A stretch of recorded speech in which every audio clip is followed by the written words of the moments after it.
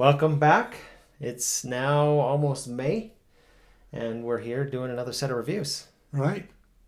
So hopefully I think we have a lot lined up today. I've actually got 7 books that were worthwhile this time. Well, it's a lot. It is. So we'll see how we release those, see how it goes. The next book is Jake's Magical Market. Okay. This is the first book in the deck building fantasy series. Is this have you been reading deck building for a while, or is this? These are the first 2 I've read in quite a while. Okay. I have never been introduced to a deck building, so. Anyway, I've read some that are deck building before, but the last 2 are the first ones I've read in a while. The series is called Jake's Magical Market also. There are 3 books in the series. The third book's just coming out this month.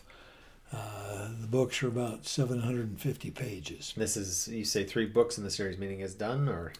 Don't know. You'll find out. I don't know. The third book in the series, the name of it would suggest maybe they're going to bottle it up in the third book, but I don't know. What's the name of the book? Jake's Magical Market. No, you said the third book. Homecoming. Okay.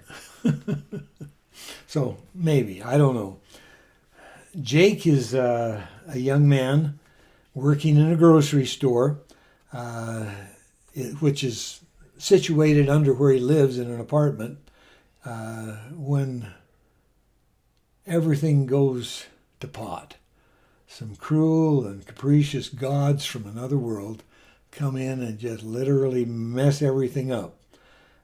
They shuffle the world. In other words, if you were in a town, part of your town might be here and part might be clear on the other side of the world. He was living in the plains in a small city, and all of a sudden he has a mountain on one side of him, a river on the other side, and forest on the other side, and there are 12 homes and 1 street. And that's what's left of the place that he called home. Everything's just randomly mixed up, and there are monsters and dungeons and different races suddenly brought in to deal with this new world that has been brought into the system. And Jake was wasting his day. He was in the freezer where he would spend time when he was slacking off. And it's not really the freezer, it was the cooler where they kept the produce. And when all of a sudden he found himself alone and in a very dangerous world, he goes out and finds out that the store's cashier is a puddle of goo on the floor by the cash register. And he looks out, and there are about 5 cars stopped in the street. And in one of them, there's a woman screaming as a monster tears out her throat. When he hides, and then he comes back out and says, "I've got to close the metal screen in front of the store so these monsters can't get in." But in doing it, he gets in a fight with goblins and gets hurt. And he finds out that he has a card in him that will stop time for 30 seconds. That's the first he realizes he's got magic. And so he's able to stop time and get the goblins off of him and get them out of the store and get the iron bars down so they can't get to him before they kill him. And he goes into the back room and hides for 4 days. Finally, he decides, I can't just hide. And so he sneaks out the back, goes around to the front to where the woman was, finds out she has a card that has fireball. And once you can take someone else's card when they're dead. And so he takes that, and then he goes back into the store and hides again. A few days later, someone's knocking on the front door. And he looks out, and there's 4 elves sitting out there in front of him. And they're asking, Are you open, shopkeep? And they seem to be friendly, so he goes out and lets them in, and they come in and want to do some shopping. And it's interesting because what they buy is knickknacks that they couldn't get from their other world. It's only available on Earth. Things that were totally worthless to him. He decides, well, maybe I can make a living as a shopkeep. And so he sets up his store, and as people come through, he has goblins and orcs and elves and a minotaur, all of them coming through town and buying stuff from him, and he earns his living through selling through Jake's Magical Market. And Jake's Magical Market was the name of the shop? Uh-huh. Okay. And it's the name of the book, So he just happens to take it over. Right. He takes it over because everyone else is gone. And so he makes friends with all kinds of different races.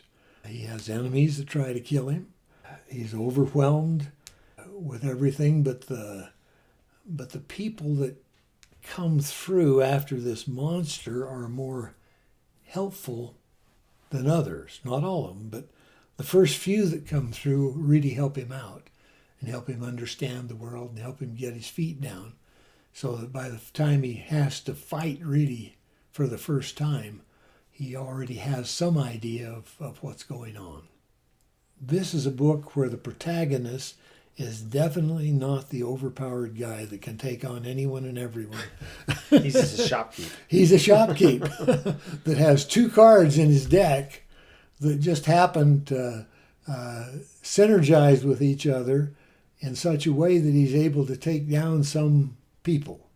He has a lot of survival wits. He can think on his feet and make things happen when he's under a lot of duress. And he keeps surviving because of that. You like the guy. You like a lot of the people in the book. There are some real bad guys in it. Not all the people that come to Earth are good. They've come here to take slaves and strip the planet of all its resources. Does the book follow the bad guys at all, or is it more all from his perspective? Well, it's all from just so that you know who and what he's fighting against. Okay. Just enough so that you get a picture of what's going on. Anyway, I gave it a 10. It's an excellent book. I gave it a D for profanity because at least in the first half of the book, he just keeps swearing. Remind me what D means. That D means one or more people tend to use hard profanity. Okay. On a frequent basis. So there's going to be a lot of swearing in this book. There's going to be a lot of swearing. The first half of the book. And then it settles down, and the second book doesn't have much at all. But for the first half of the book, he's quite profane.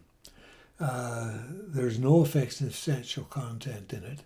And there are violent incidents of high intensity. And I rated it for teens. Okay. That one also sounds interesting. It reminds me of your story about the Wayfaring Inn a bit. Yeah. It's kind of similar, with the same ideas anyway, but entirely different stories. But it's not about some person that's trying to gain all the power in the world. It's about some other person that's living life and getting to know different people and making his way, but not necessarily the most strongest guy. His favorite thing to do is sit on a chair in his garden with friends around, drinking the drinks that he's made from his garden. So he's a good guy. Cool. Okay. Yeah. So that wraps up this review. It sounds like a good book. Hopefully you found something of interest. If you find one of the books that we've reviewed you really enjoy it, I would be interested in hearing from you. So hopefully you got something out of it. Enjoy your reading.